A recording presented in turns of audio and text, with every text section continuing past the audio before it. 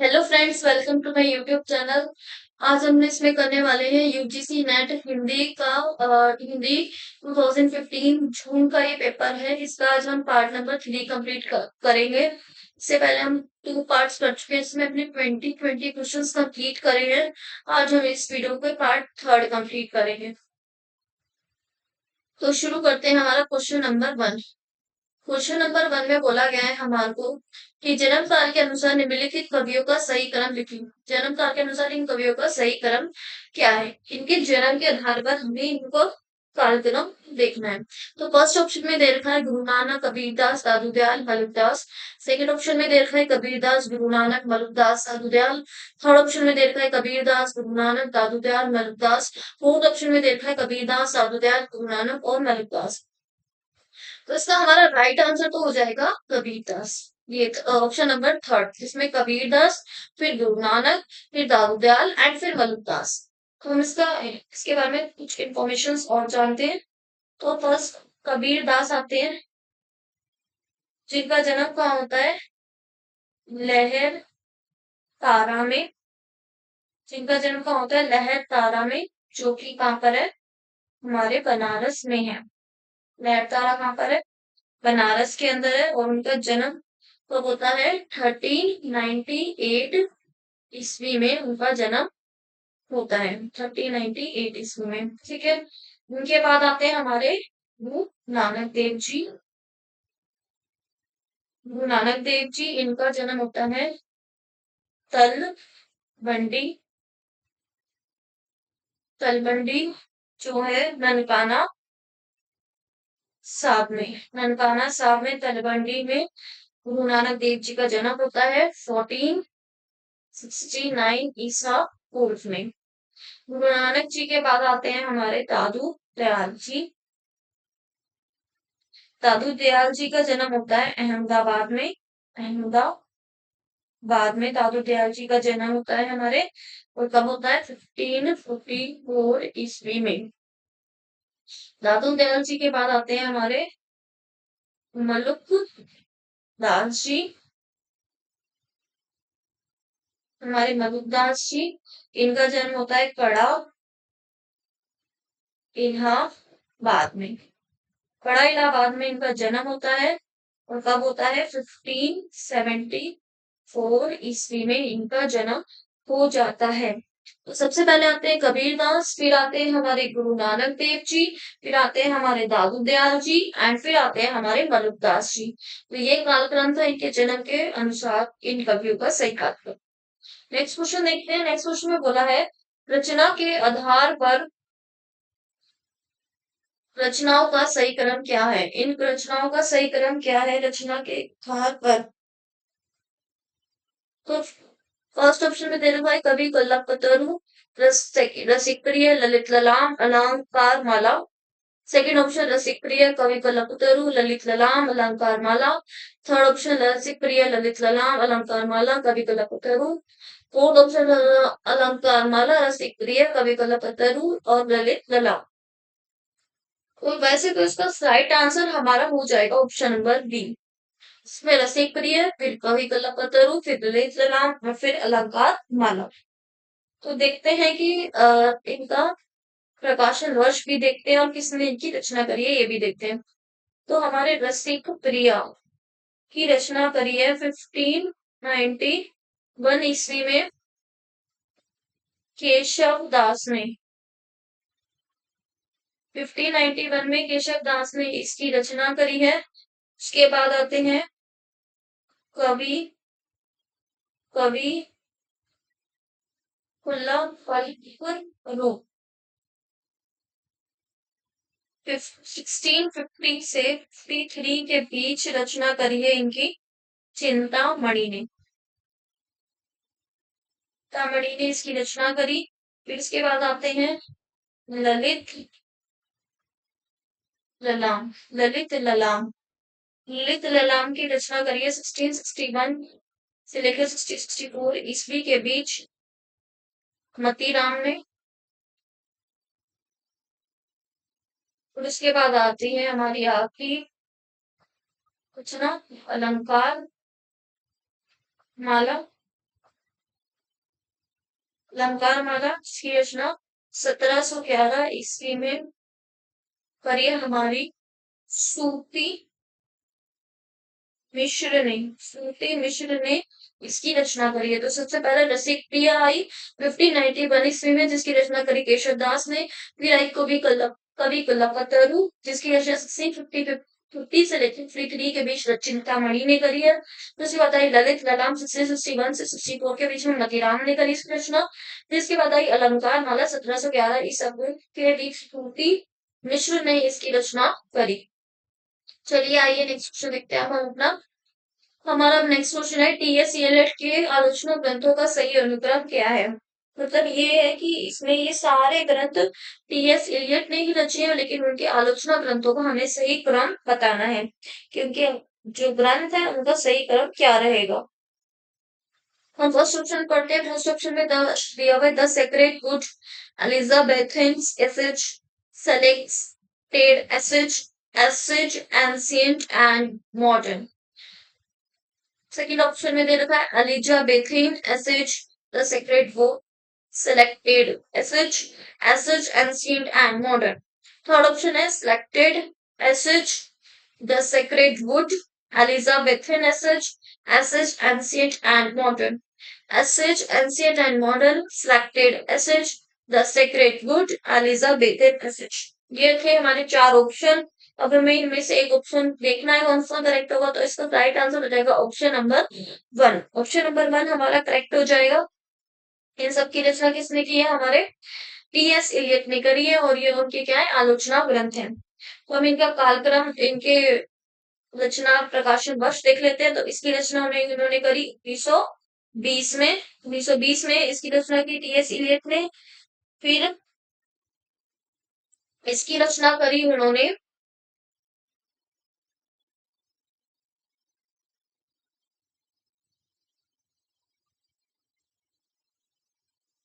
Sorry माफ कीजिए, इसकी रचना उन्होंने करी है 1934 ईस्वी में। 1934 ईस्वी में करी है। एलिजाबेथन एसेज की रचना उन्होंने करी है 1932 में। And essays ancient and modern, इसकी रचना उन्होंने करी है 1936 ईस्वी में। ठीक है, तो इसकी रचना करी 1920 में, इसकी करी 1932 में, इसकी करी 1934 में, इसकी करी 1936 में। तो ये थे टीएस एलियट के रचना ग्रंथों का सही क्रम। तो आइए देखिए नेक्स्ट क्वेश्चन है। नेक्स्ट क्वेश्चन है हमारा नाट्य शास्त्र से संबंध निम्नलिखित ग्रंथों का सही अनुक्रम क्या है। तो हमें बताना है कि इनका सही अनुक्रम क्या रहेगा हमारा। ठीक है, तो ये नाट्य शास्त्र से संबंधित ग्रंथ है। फर्स्ट ऑप्शन पढ़े तो फर्स्ट ऑप्शन में भाव प्रकाशन, दश रूपक, नाट्य दर्पण, अभिनव भारती। सेकंड ऑप्शन है नाट्य दर्पण, दश रूपक, भाव प्रकाशन, अभिनव भारती। थर्ड ऑप्शन है दश रूपक, अभिनव भारती, नाट्य दर्पण, भाव प्रकाशन। फोर्थ ऑप्शन है अभिनव भारती, दश रूपक, नाट्य दर्पण और भाव प्रकाशन। तो इसका राइट आंसर हमारा हो जाएगा ऑप्शन नंबर 4, अभिनव भारती, फिर दश रूपक, फिर नाट्य दर्पण और फिर भाव प्रकाशन। ठीक है, तो देखते हैं अभिनव भारती। जो अभिनव भारती है ये 10वीं शताब्दी में के उत्तरार्ध में इसकी रचना हुई। ये उत्तरार्ध में इसकी रचना हुई है, और इसके रचनाकार कौन है, अभिनव भारती की रचना करी अभिनव गुप्त ने। अभिनव भारती की रचना करी अभिनव गुप्त ने। फिर इसके बाद हमने देखा हमारा का सही क्या है, दश रूपक। दश रूपक की रचना हुई है 11वीं शताब्दी के पूर्वार्ध में। ठीक है, तो ये था उत्तरार्ध और ये पूर्वार्ध, और इसकी रचना करी है हमारे धनंजय ने। नेक्स्ट है हमारा नाट्य दर्पण। नाट्य दर्पण, नाट्य दर्पण की रचना करी है 12वीं शताब्दी में रामचंद्र पूर्णचंद्र ने इसकी रचना करी। रामचंद्र पूर्णचंद्र, इन्होंने इसकी रचना करी है। फिर उसके बाद आता है आखिर में हमारा भाव प्रकाशन। भाव प्रकाशन। इसकी रचना उन्होंने करी है 12वीं शताब्दी में ही, सॉरी, इसकी रचना हुई है 13वीं शताब्दी में। ठीक है, ये वाली 10वीं में, 11वीं में, 12वीं में और ये 13वीं शताब्दी में। और इसकी रचना करी है शारदा तनया ने। शारदा शारदा तनया तनया ने शारदा तनया ने इसकी रचना की है। नेक्स्ट क्वेश्चन देखिए। नेक्स्ट क्वेश्चन में बोला हुआ है निम्नलिखित ग्रंथों का सही अनुक्रम क्या है। तो हमें बताना है कि सही अनुक्रम क्या रहेगा। तो फर्स्ट हमारे पास ऑप्शन है, फर्स्ट ऑप्शन में कहा गया है, कभी कहा गया है जनांतिक मुक्तिबोध ज्ञान और संवेदना प्रेमचंद और उनका युग। सेकेंड ऑप्शन है मुक्ति ज्ञान और संवेदना जनांतिक प्रेमचंद और उनका युग कभी कह गया है। थर्ड ऑप्शन है प्रेमचंद और उनका युग जनांतिक मुक्तिबोध ज्ञान और संवेदना कभी कह गया है। फोर्थ ऑप्शन है जनांतिक प्रेमचंद और उनका युग मुक्तिबोध ज्ञान और संवेदना कभी कह गया है। तो ये थे हमारे ऑप्शंस। इन ऑप्शंस में हमारा राइट आंसर हो जाएगा हमारा ऑप्शन नंबर सी। तो सबसे पहले आता है प्रेमचंद और उनका युग, फिर आता है जनांतिक, फिर आता है मुक्तिबोध ज्ञान और संवेदना और फिर आगे कभी कह गया है। तो ये थे ग्रंथों का सही कालक्रम। अब देखते हैं कि रचना किसने की है और कब की है। सबसे पहले हमने देखा प्रेमचंद्र और उनका युग। प्रेमचंद्र और उनका युग हमने देखा, जिसकी रचना हुई है 1952 ईस्वी में। रचनाकार है रामविलास शर्मा।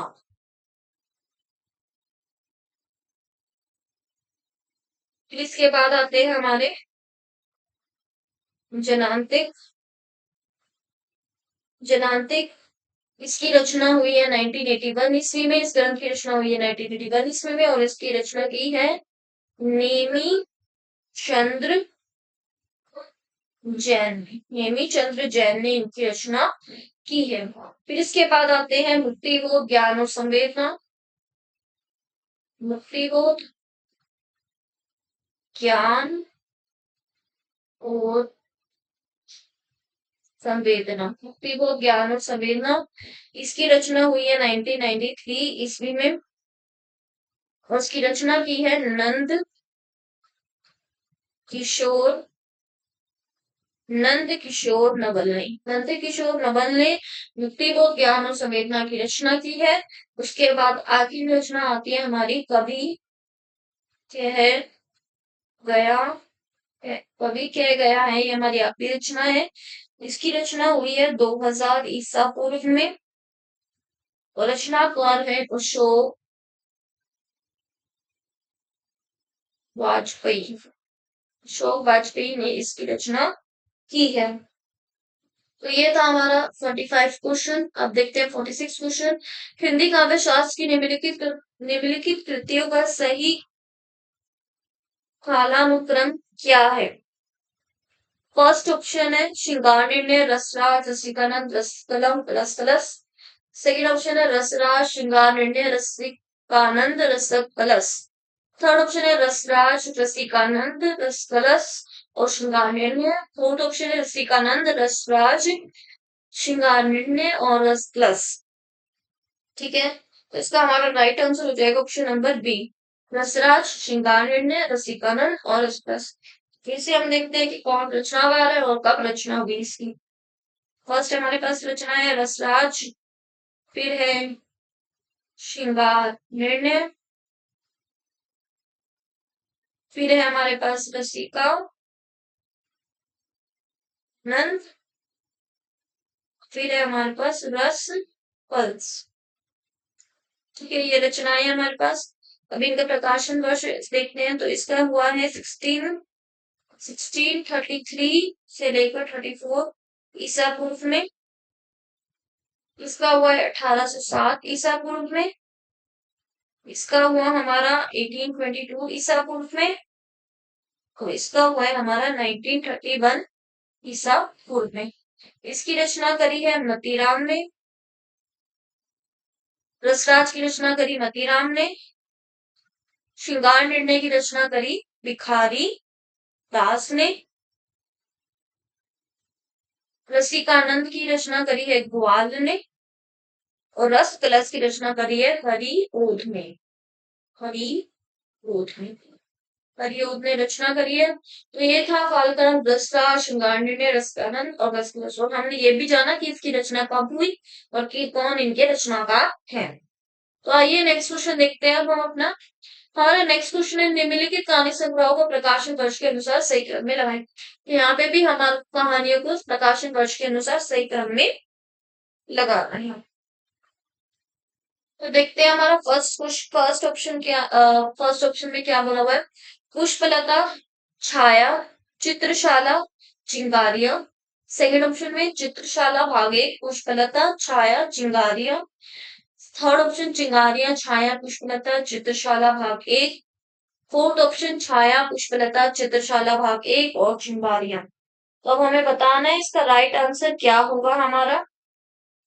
इसका राइट आंसर हमारा हो जाएगा ऑप्शन नंबर 4, जिसमें सबसे पहले रचना होती है छाया की, फिर पुष्पलता, फिर चित्रशाला भाग एक और फिर चिंगारी। तो हमारी छाया की रचना करी है, छाया का काल प्रकाशन वर्ष है हमारा 1912 ईस्वी में। और इसकी रचना किसने की है, जय शंकर प्रसाद जी ने इसकी रचना की है, छाया की रचना। फिर उसके बाद हमारी कहानी आती है पुष्पलता, जिसकी रचना हुई है, इसकी प्रकाशन वर्ष ढंग से अनुमानित नहीं है तो इसको हम छोड़ते हैं। तो इसका रचना की है सुदर्शन ने। फिर इसके बाद आता है हमारा चित्र शाला भाग एक, चित्रशाला भाग एक। इसकी रचना हुई 1924 में, 1924 ईसा पूर्व में इसकी रचना हुई है। और किसने की है, विशंभर नाथ शर्मा। शंभर नाथ शर्मा ने इसकी रचना की है, विशंभर नाथ शर्मा इसके रचनाकार हैं हमारे। फिर इसके बाद हमारी आती है आखिरी कहानी चिंगारियां। चिंगारियां ये आखिरी कृति है जो 1925 में रची गई। इसका प्रकाशन वर्ष है 1925। और बेचन शर्मा उग्र, बेचन शर्मा उग्र इसके रचनाकार हैं हमारे। तो ये था हमारा 47वां क्वेश्चन, जिसमें हमने कहानी को कालाक्रम अनुसार लगाया। जिसमें सबसे पहले छाया की रचना हुई जो जयशंकर प्रसाद ने करी, फिर पुष्पलता सुदर्शन ने करी, चित्रशाला भाग एक विशंबरनाथ शर्मा ने करा और चिंगारिया करा 1925 में बेचन शर्मा उग्र ने। आइए नेक्स्ट क्वेश्चन देखते हैं। नेक्स्ट क्वेश्चन में नाटकों का सही प्रकाशन के वर्ष के अनुसार निम्नलिखित मतलब सही के अनुसार लगाना है। फिर इसमें भी कालक्रम अनुसार, अब इसमें कहानी थी, इसमें नाटक है। तो हम नाटक का फर्स्ट ऑप्शन पढ़ते हैं, Kabir Khada Bazaar Mein, curfew, doctor, court martial. Second option doctor, curfew, Kabir Khada Bazaar Mein, court martial. Third option doctor, Kabir Khada Bazaar Mein, court martial और कर्फ्यू। फोर्थ ऑप्शन है curfew, doctor, court martial, Kabir Khada Bazaar में। तो इसका राइट आंसर हमारा हो जाएगा ऑप्शन नंबर 2। ठीक है, तो इसमें सबसे पहले रचित नाटक है, सबसे पहले रचित नाटक है हमारा डॉक्टर, जिसकी रचना हुई 1958 ईस्वी में। इसने करी है इसकी रचना विष्णु प्रभाकर ने। इसने रचना करी इसकी विष्णु प्रभाकर ने। फिर उसके बाद हमारा नाटक आता है कर्फ्यू, जिसकी रचना हुई 1972 ईस्वी में। 1972 ईस्वी में लक्ष्मी नारायण लाल, लक्ष्मी नारायण लाल, लक्ष्मी नारायण लाल इसके रचनाकार हैं हमारे। फिर उसके बाद हमारा आता है कबीर खड़ा बाजार में, कबीर खड़ा बाजार में इसकी रचना करी है 1981 ईस्वी में। और रचनाकार है इसके भीष्म सानी, भीष्म सानी इसके रचनाकार हैं हमारे। फिर इसके बाद आखिरी आखिरी नाटक आता है हमारा कोर्ट मार्शल। कोर्ट मार्शल हमारा आखिरी नाटक है, जिसको रचा है 1991 ईस्वी में। रचनाकार है इसके स्वदेश स्वदेश दीपक इसके रचनाकार हैं। तो ये था हमारा 48वां क्वेश्चन। अब हम 49वां क्वेश्चन देखते हैं, जिसमें बोला है निर्मल वर्मा की निम्नलिखित निबंध संग्रह का प्रकाशन वर्ष के अनुसार सही अनुक्रम क्या है। फर्स्ट ऑप्शन है शब्द और स्मृति, कला का जोखिम, ढलान से उतरते हुए, आदि अंत और आरंभ। सेकंड ऑप्शन कला का जोखिम, शब्द और स्मृति, ढलान से उतरते हुए, आदि अंत और आरंभ। थर्ड ऑप्शन ढलान से उतरते हुए, कला का जोखिम, शब्द और स्मृति, आदि अंत और आरंभ। फोर्थ ऑप्शन आदि अंत और आरंभ, ढलान से उतरते हुए, कला का जोखिम, शब्द और स्मृति। तो ये सारे निबंध किसके हैं हमारे, निर्मल वर्मा के, बट हमें इन्हें कालक्रमानुसार लगाना है कि कौन सा पहले रचा गया और कौन सा बाद में रचा गया। तो इसका हमारा राइट आंसर हो जाएगा ऑप्शन नंबर ए, जिसमें फर्स्ट रचा गया है शब्द और स्मृति, सेकंड कला का जोखिम, थर्ड ढलान से उतरते हुए एंड फोर्थ आदि अंत और आरंभ। तो हम इनका प्रकाशन वर्ष देख लेते हैं, क्योंकि रचनाकार तो इनके एक ही है। कौन है ये, हमारे निर्मल वर्मा जी। ठीक है, तो हम देखते हैं शब्द और स्मृति की रचना हुई है 1976 ईसा पूर्व में। फिर उसके बाद हमारा आती है निबंध कला का जोखिम। कला का जोखिम हुई है 1981 ईस्वी में। फिर उसके बाद आता है ढलान से उतरते हुए। ढलान से उतरते हुए की रचना हुई है 1985 ईस्वी में। फिर उसके बाद आता है हमारा आखिरी कृति आदि अंत और आरंभ, जिसकी रचना हुई 2001 में।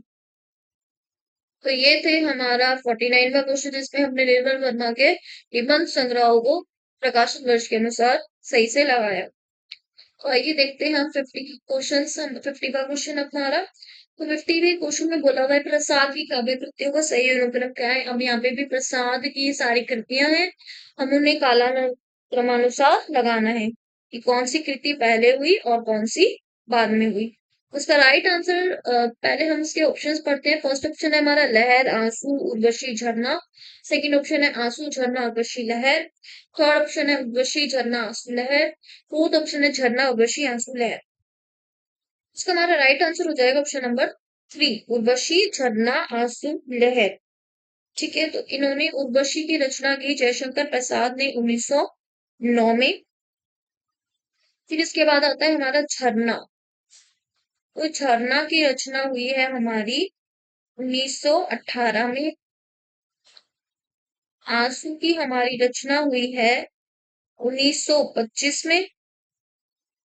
और लहर की रचना हुई 1933 ईस्वी में। ये थे हमारे कालानुसार प्रसाद जी की कृतियां। सबसे पहले उर्वशी, फिर झरना, फिर आंसू, फिर लहर। आइए नेक्स्ट क्वेश्चन देखते हैं। नेक्स्ट क्वेश्चन है 51वां क्वेश्चन हमारा। अभी तक हम 50 क्वेश्चन कर चुके हैं। अगर आपको वीडियो पसंद आ रही है तो प्लीज चैनल को लाइक, शेयर एंड सब्सक्राइब जरूर करिए। तो 51वां क्वेश्चन देखते हैं। 51वें क्वेश्चन में बोला हुआ है प्रकाशन वर्ष के अनुसार रचनाओं का सही क्रम अनुसार सही अनुक्रम क्या है। तो आज के वीडियो में तो ज्यादातर सभी सही अनुक्रम से लगाना है हमको, है ना। फर्स्ट पार्ट देखते हैं इसका हम। लक्ष्मी रथी, कनुप्रिया, लोकायतन, आत्मजयी। सेकंड ऑप्शन लोकायतन, लक्ष्मी रथी, कनुप्रिया, आत्मजयी। थर्ड ऑप्शन लोकायतन, कनुप्रिया, रश्मि रथी, आत्मजयी। फोर्थ ऑप्शन है कनुप्रिया, लोकायतन, रश्मि रथी, आत्मजयी। ठीक है, तो इसका हमारा राइट आंसर हो जाएगा ऑप्शन नंबर 1। इसमें सबसे पहले रचना करी है रश्मि रथी की, फिर कनुप्रिया की, फिर लोकायतन की, फिर आत्मजयी की। तो देखते हैं अब हम इसके रचना प्रकाशन वर्ष भी और फिर इनके रचनाकार कौन है, इन कृतियों के रचनाकार हमारे कौन है। सबसे पहले आता है हमारा रश्मि रथी। रश्मि रथी जिसकी रचना हुई 1952 ईस्वी में, और रचनाकार कौन है हमारे दिनकर जी। फिर उसके बाद राइटिंग थोड़ी गंदी आ रही है, तो please don't mind. Anupriya. Anupriya की रचना हुई है 1959 ईस्वी में। जो रचनाकार है धर्मवीर भारती। धर्मवीर भारती ने इसकी रचना की है। फिर उसके बाद आते हैं हमारे, और ये रचना है लोकायतन। लोकायतन रचना कब हुई? 1964 में। रचनाकार है पंत। फिर उसके बाद रचना है आत्मजयी। आत्मजयी रचना हुई 1965 ईस्वी में, और रचनाकार है कुंवर नारायण। कुंवर नारायण इसके रचनाकार है हमारे। ये था हमारा 51 का क्वेश्चन। अब हम देखते हैं 52 का क्वेश्चन। प्रकाशन वर्ष के अनुसार निम्नलिखित निबंध संग्रह का सही अनुक्रम क्या है? अभी हमें इसमें भी यही बताना है कि कौन सा निबंध पहले रचा गया और कौन सा बाद में रचा गया। तो हमारे पास फर्स्ट ऑप्शन है प्रगति और परंपरा, फिर अंगद की नियति, अध्ययन, यत्र तत्र सर्वत्र। यत्र तत्र सेकंड ऑप्शन है, यत्र तत्र सर्वत्र, अवतरण, प्रगति और परंपरा, अंगद की नियति। थर्ड ऑप्शन है अवतरण, अंगद की नीति, नियति, प्रगति और परंपरा, यत्र तत्र सर्वत्र। फोर्थ ऑप्शन है प्रगति और परंपरा, अवतरण, अंगद की नियति, यत्र तत्र सर्वत्र। बताइए कौन सा सही करेक्ट आंसर होएगा इसमें? हाँ जी, तो इसका हमारा राइट आंसर हो जाएगा ऑप्शन नंबर 4। इसमें सबसे पहले रचना हुई प्रगति और परंपरा निबंध की, फिर अवतरण की, फिर अंगद की नियति की, और फिर यत्र तत्र सर्वत्र निबंध की। तो देखते हैं कौन है रचनाकार और कब इसकी रचना हुई हमारी। और सबसे पहले हमारे पास प्रगति और परंपरा। प्रगति और परंपरा हमारे पास निबंध है, जिसकी रचना हुई 1949 ईस्वी में। और रचनाकार कौन है? विलास राम विलास शर्मा, जिन्होंने प्रगति और परंपरा नामक निबंध की रचना की है। फिर इसके बाद आती है हमारी रचना, निबंध है हमारे पास अवतरण, जिसकी रचना हुई है 1977 ईस्वी में, और जिसके रचनाकार हैं हमारे अज्ञे। फिर उसके बाद हमारे पास निबंध है अंगद की नियति। अंगद की नियति, जिसके रचनाकार है, जिसकी रचना हुई 1984 ईस्वी में, और रचनाकार है विद्या निवास मिश्र। विद्या निवास मिश्र। विद्या निवास मिश्र ने इसकी रचना की अंगद की नियति। इसके बाद आता है आखिरी निबंध यत्र तत्र सर्वत्र। यत्र तत्र सर्वत्र, इसकी रचना हुई है 2000 में, और रचनाकार है शरद जोशी। ठीक है, तो ये था हमारा 52 का क्वेश्चन।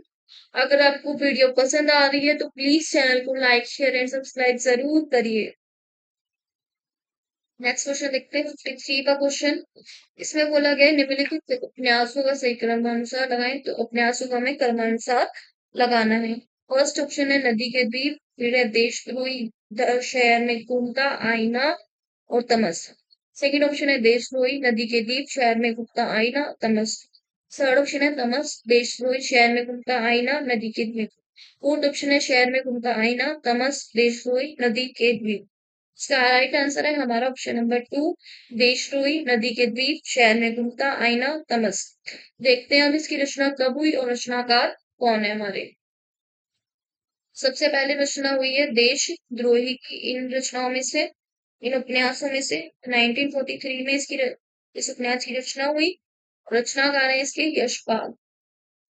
फिर उसके बाद आते हैं नदी के द्वीप। नदी के द्वीप रचना हुई 1951 ईस्वी में। रचनाकार है अज्ञे जी।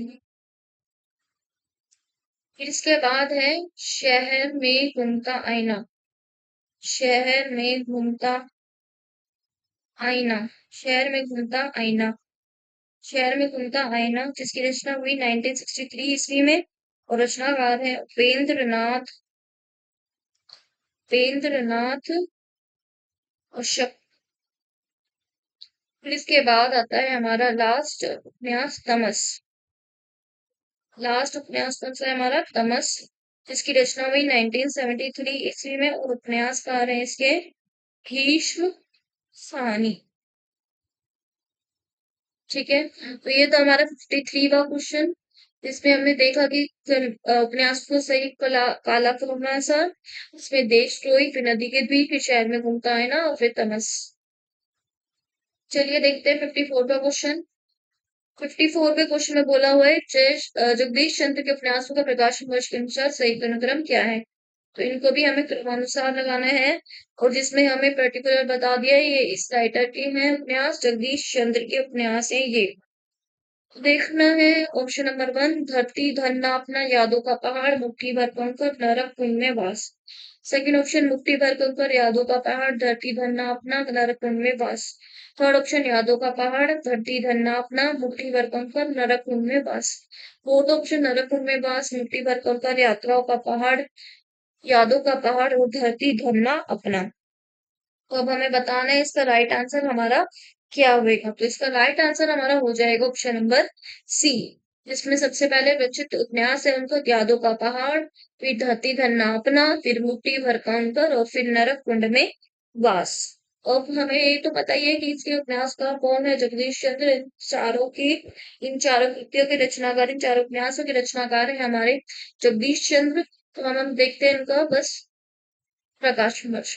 देखते हैं यादों का पहाड़, इसकी रचना हुई है हमारी 1966 ईस्वी में। फिर सेकंड है हमारे पास धरती धन्ना अपना, धरती धन्ना अपना की रचना हुई 1972 में। फिर उसके बाद है मुट्ठी भर कंकर, मुट्ठी भर कंकर की रचना हुई 1976 में। और फिर आखिरी हमारे पास उपन्यास है नरक कुंड में वास। नरक कुंड में वास की हुई है 1994 ईस्वी में रचना। तो ये था रचना का सही प्रकाशन वर्ष का सही कालाग्र सर, जो जगदीश चंद्र के उपन्यासों का है। तो ये था हमारा 54वां क्वेश्चन। अब हम देखते हैं 55वां क्वेश्चन। प्रकाशन वर्ष के अनुसार निम्नलिखित ऐतिहासिक उपन्यासों का सही अनुक्रम है। फर्स्ट ऑप्शन है हमारे पास मृगनी एकदा, नैमिषारण्य, अनामदास का पौधा और अभिज्ञान। सेकंड ऑप्शन है एक था नैमिषारण्य, मृगनी, अभिज्ञान, अनामदास का पौधा। थर्ड ऑप्शन मृगनी, अनामदास का पौधा, एकदा, नैमिषारण्य, अभिज्ञान। फोर्थ ऑप्शन अभिज्ञान, अनामदास का पौधा, मृगनी, एकदा, नैमिषारण्य। तो इसमें हमारा राइट आंसर हो जाएगा ऑप्शन नंबर 1। ऑप्शन नंबर 1 इसका राइट आंसर है, जिसमें सबसे पहले मृज्ञानी की रचना होती है, फिर एक नैमिषारण्य की, फिर अनामदास का पौधा और फिर अभिज्ञान। अब देखते हैं इसकी रचना कब हुई है और रचनाकार कौन है। तो मृज्ञानी सबसे पहले रचना हुई है 1950 में, इसकी रचना करी है वृंदावन लाल वर्मा ने, वृंदालाल वर्मा ने इसकी रचना की है। इसके बाद आती है रचना हमारी एकदा नैमिषारण्य, नैमिषारण्य इसकी रचना हुई है 1972 ईस्वी में। और रचनाकार है इसके अमृतलाल नागर, अमृतलाल नागर ने इसकी रचना की है। फिर इसके बाद हमारे पास नेक्स्ट है अनाम दास का पौधा, अनाम दास का पौधा। इसकी रचना हुई है 1976 ईस्वी में। और रचनाकार है हजारी प्रसाद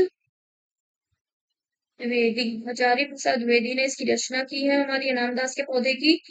इसके बाद नेक्स्ट है हमारे पास अभिज्ञान, नेक्स्ट है अभिज्ञान, लास्ट कितनी है ये उपन्यास है 1981, और जिसकी रचना करी है नरेंद्र कोहली ने। ठीक है, तो इसी के साथ हमारा 55 का भी क्वेश्चन कंप्लीट होता है, और इसी के साथ ये वीडियो भी कंप्लीट होती है। अगर आपको वीडियो पसंद आई है तो प्लीज चैनल को लाइक शेयर एंड सब्सक्राइब जरूर करिए। Thank you.